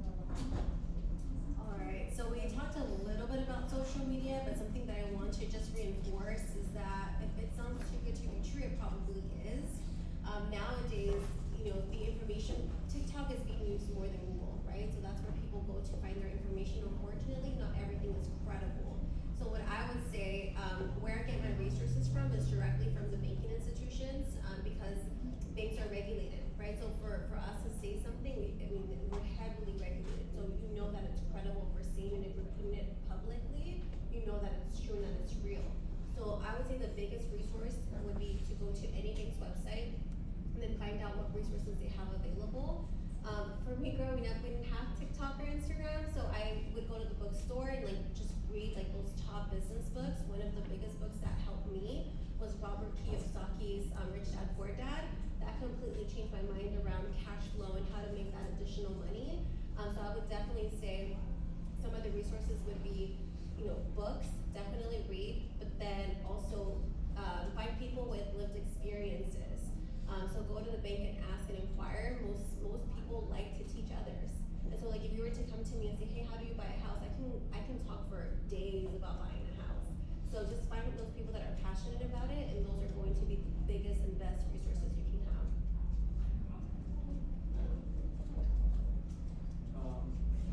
No, that's important, to find people that you trust and information you trust. And I don't have that exact answer, but I was lucky. I felt like I had certain family members that I trusted, but I think a mentor that you truly believe you can trust, ideally somebody that's personal in your life, just because until you're able to vet them and make sure all the things that seem too good to be true, or everybody's trying to make a dollar, so a lot of these social media things can be dicey. But going and getting a book that has somebody who's been more well respected is a good way to go. So I think it's going to be up to you to figure out how you're going to vet these sources of information. But the important thing is your mind's in the right place. You don't want to just fall for anything, and so finding a mentor would be a great place to start. Yeah.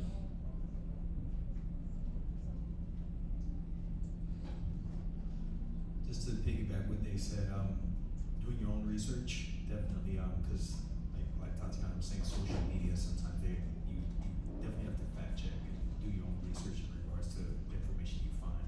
Take your time, and then once you feel comfortable and go to the bank, find out that information is true, and then just go ahead and apply it.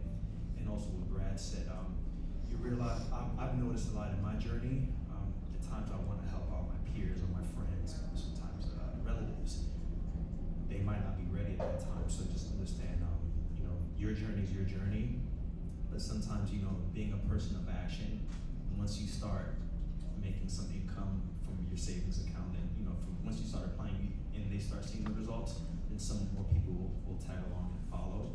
And sometimes it's hard because there's people you love that you have to realize, okay, I have to do this for myself. But along your journey, you'll find your other new friends and new peers along your journey that you guys can share ideas and other ways to invest and more efficient ways to save your money and make the money work for you. I'll just add too, some resources that I found. I think I was just very much in a struggle and lack mindset for a very, very long time. And just having these ideas that money is hard to get and stuff like that. And so I just started hanging out around people that had different philosophies around money. That was like the very first thing. And I would, Google and YouTube and, think about some spiritual ways around money. And I found a book called The Soul of Money. And I talked about this the last time we had this event. It really did help to change my mindset around what money is and to look at it in a more spiritual sense rather than scarcity. And then I just started kind of hanging out around people and following people, that kind of have those same type of mindsets around money. And then my life did start to change. I mean, I started to book acting work. I started to, earn money. And so I think for me, the resources that I had to find for myself was really just shifting my mindset around money, because let's just keep it 100 right now. I mean, I grew up in poverty. I grew up in the third ward of New Orleans, which is a neighborhood that's similar to, the neighborhood and community that we're in today. And so there's a whole thing about poverty and lack mindset. And, when you start, like what Ms. Tatiana said, that, when you start making a lot of money, you can make some really horrible mistakes based from that certain mindset. So I knew where I wanted to be as an artist, that I wanted to clean up that energy and that vibration around money. So I really just attacked it from a spiritual and holistic standpoint. And I hope that's not going over your head too much, but Miss Parents are right there with me. So, yes.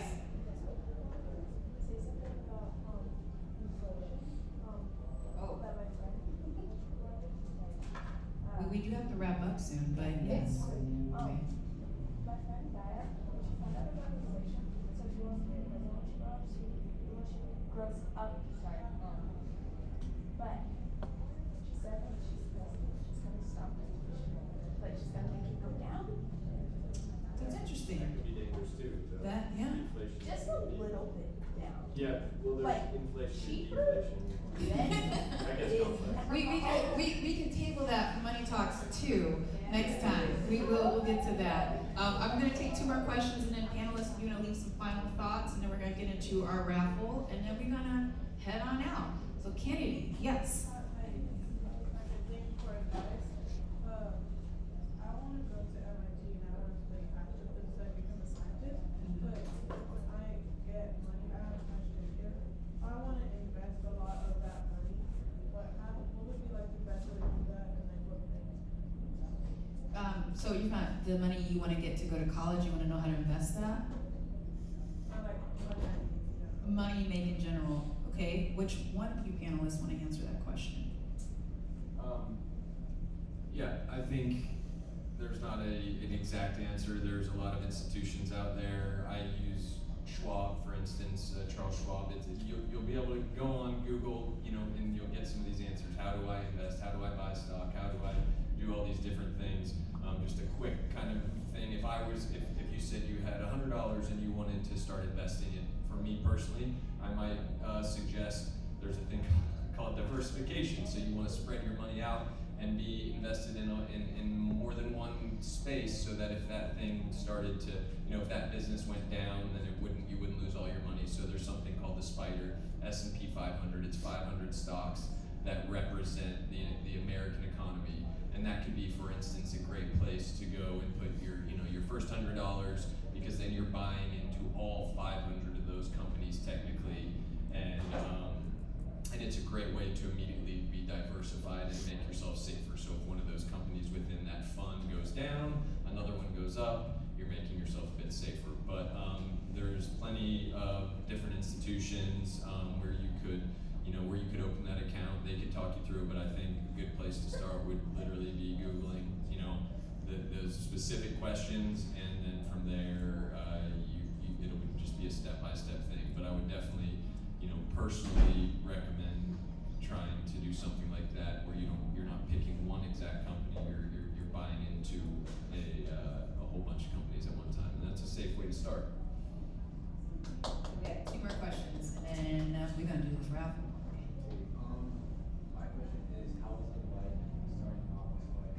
How was it like investing in self-taught?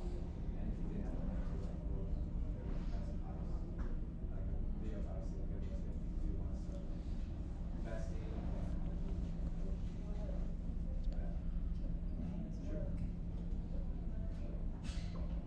So with trading, I have a mentor.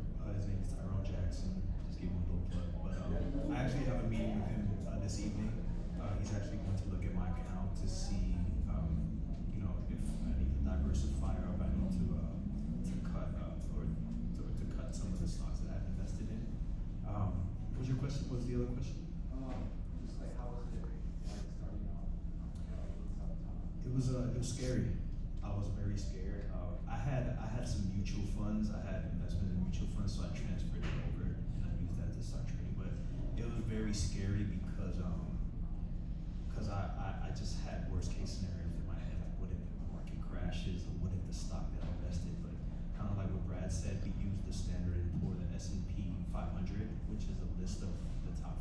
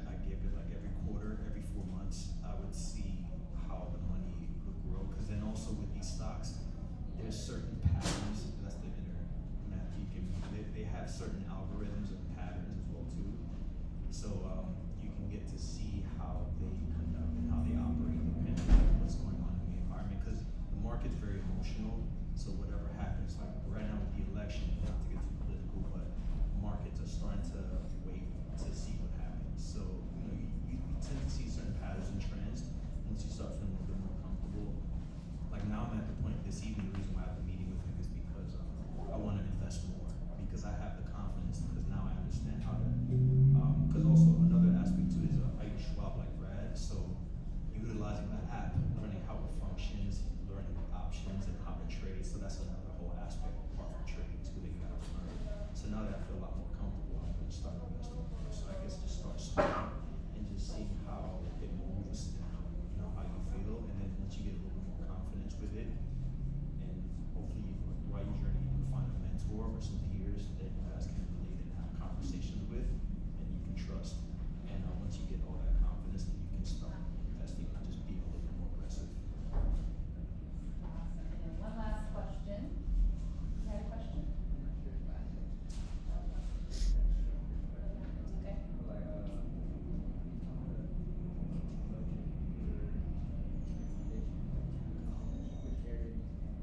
Ah, okay, yeah. For me, it's just been the years of doing this, you know, the practice. Because when I first started out, I was just like an independent teaching artist, and so I got money from the city of Los Angeles. They gave me, my first grant was $5,000, and I had to apply for that grant, and they told me to give a budget for what I think this $5,000 would cover. And so I just thought about, you know, what all that I would need to teach a summer program for $5,000. Looking at back at that, that's like insane, like $5,000 for a summer camp. But I thought about equipment that I might need, or you know how many hours I wanted to put in, and then what I wanted to pay myself hourly out of that. And I just kind of marked it down on a spreadsheet, and I was like, okay, me as a teaching artist, my rate is going to be X amount of dollars an hour, and I'm going to take home $2,500 of this. Okay, and then I'm going to hire somebody from a college to come in and film the films for the kids, and can also do sound. So I was like, okay, well, what would he be open to taking? What can I pay him? And so I just started doing that, just really looking how to budget $5,000. And then the program became a success. And so then they came back and they gave me $8,000. And then they came back and gave me 10 and then 12,000. And so I just learned how to like expand the needs or the services, you know, to match, you know, what that was given. And then now, 10 years later, because it's been 10 years in the making, I'm looking at how can we do what we're doing today? You know, like how can we do programs in schools and after schools and summer camps, and what are the needs for that in terms of staffing, in terms of supplies and equipment and stuff like that. And so I just, whenever I apply for grants, I put, you know, if a lot of times with grants, they'll say, this grant, for lack of a better term, they'll say, oh, this grant is $50,000. If you want to apply for this grant, show us how you would use the $50,000. And so I go through and I think, okay, well, we want to serve this amount of kids. We want to be in this area. We need this amount of teaching artists. We need, for something like this, for a field trip, we need transportation. Okay, I got to look up online or call bus places to see how much it costs for bus. I got to look up how much it costs for food for how many kids. So it's just like doing research, but also just learning over the years of doing this type of work. I start learning, and I learn every single time. You know, every time we do these programs, I learn, oh my gosh, I missed a budget item for that. I should have included that, you know. So I'm learning and growing all the time, but there's also sample budgets online for nonprofits, or just even when you start your own company, there's sample budgets online that you can find for how to budget, and then you can go and apply for grants, for business grants, and also, you know, for business credit sometimes, and really have a clear snapshot of like, what does it take to operate this business? So I hope that answered your question. Cool, awesome. Any final thoughts? We gotta keep it tight and short because we are really at time. But any final thoughts you want to share with our young, bright stars before we go? Yeah, you probably won't like this one, but I just think a really important word is discipline. Discipline. And that's not talking about punishment. I'm not talking about, you know, getting in trouble, getting grounded. What I'm talking about is making contracts with yourself and keeping to them. A disciplined outlook on this. I'm going to be disciplined with my budget. I'm going to do what I say I'm going to do. I'm going to practice doing it regularly, and this is a gift to yourself. Explore that. Sometimes it feels like you're making your life harder, but when you are self-disciplined, it's a gift. It opens up your horizons. It makes life so much less stressful. It helps you to achieve your goals. So really think about that. Do what you say you're going to do. Do it regularly. Adjust as you go. be self-disciplined. You can achieve absolutely anything you want, whether that's just achievements or money-wise. It's all possible.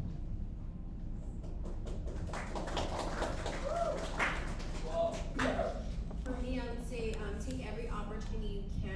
Resources such as the Michael Stoddard Foundation. Make sure that you're involved and engaged, and that'll take you a long way. So definitely, don't do what I did and go backwards, right? Like mess up and then try to fix it, because that's harder. You have the opportunity to start off on the right foot today, so that you don't have to do what a lot of us did to try to fix things. So that's always way, way harder than just starting off right.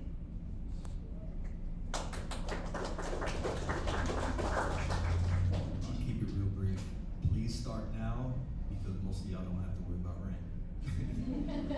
Start saving. Rent is a thing, And I would say the big thing that I'm going to teach y'all today, I hope that you take away with, is just mindset. Money, mindset. Your mindset around money, all right? Think of it as a resource. Think of it as abundance. Think of it as exchange, for services or, however. And just try to think of it in a positive way. And Ona, your parents and those money affirmations, I'm not gonna lie, that stuff is real. It's powerful. It really, really is. And so y'all can do some Googling. Y'all can also hit up ChatGPT or Gemini and ask for some money affirmations and say that to yourself. And pick up some books too, some money-making books. Like I said, The Soul of Money, also Rich Dad, Poor Dad is a great book. There's also another book that I like right now called I Will Teach You to Be Rich. And gosh, there's so many. There's podcasts. There's so many podcasts. And a lot of the podcasts too, again, yes, we want to make sure that you're filtering out the right information for yourselves, but it's also good to just hear other people's stories around money and how they built it and how they maybe have lost it and mistakes that they've learned from there, so you can learn those mistakes and not make those as well. But yes, so let's give everybody for being here a nice round of applause.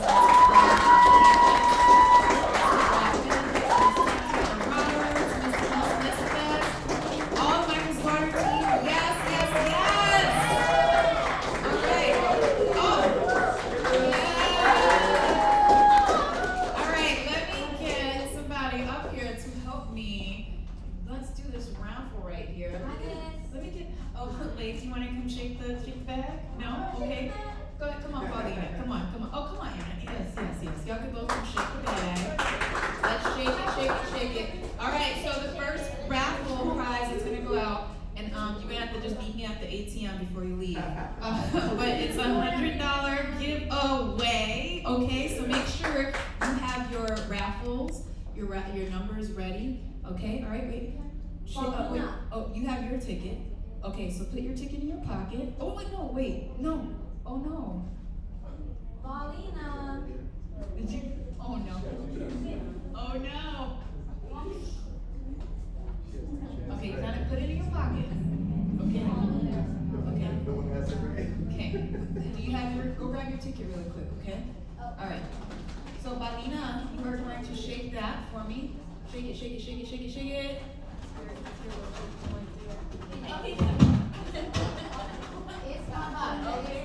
All right, so go ahead and dig one out, and this is for a $100 gift prize. So yeah, let's make a little drum noise. There we go. Okay, all right. So did you pull the ticket out? Okay. So you want to come over and read out the number?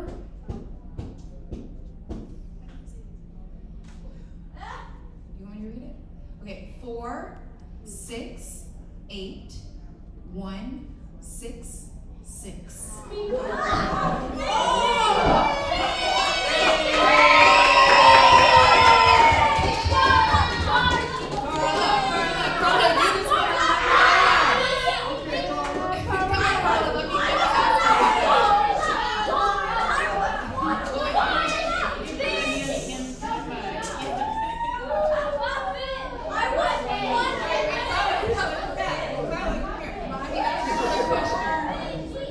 What are you going to do with your $100? Save it with my other $100. Okay. Are you going to try to put it in your bank account if you can? No? Oh. And hide it. Okay. All right. Yes.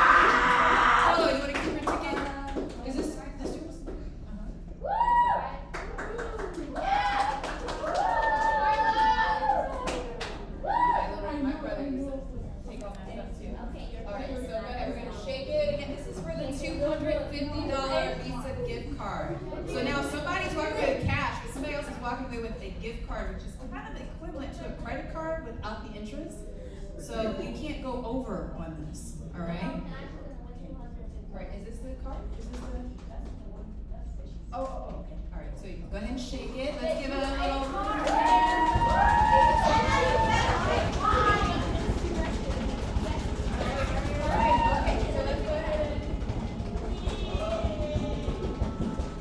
Okay. 4, 6, 8, 1, 6, 2, 3.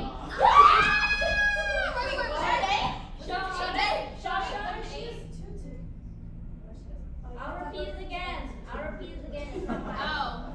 4, 6, 8, 1, 6, 3. Yeah. No, give it.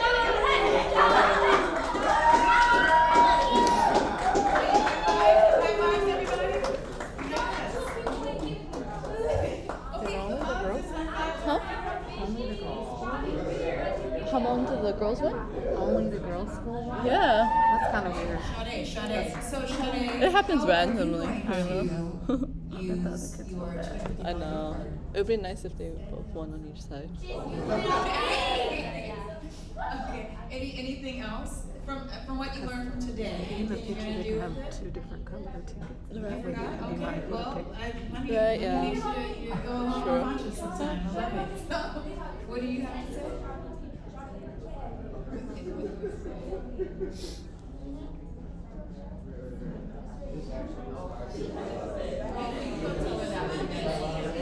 Alright, thank you my raffle ladies, thank you so much.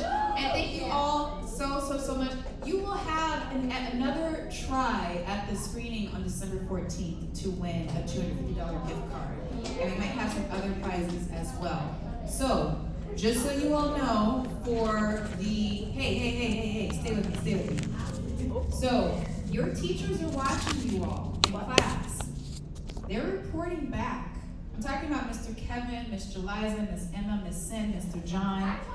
They are watching you guys and reporting back to us, all right? So we are entering you all into a raffle unbeknownst to you.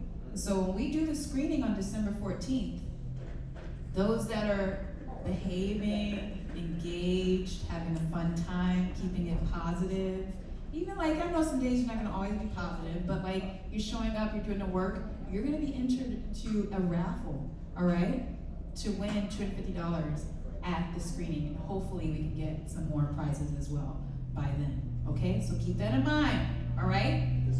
Yes, discipline. Yeah, let's go ahead and restart the slideshow. And awesome, so thank y'all all so much for being here. Give yourselves a round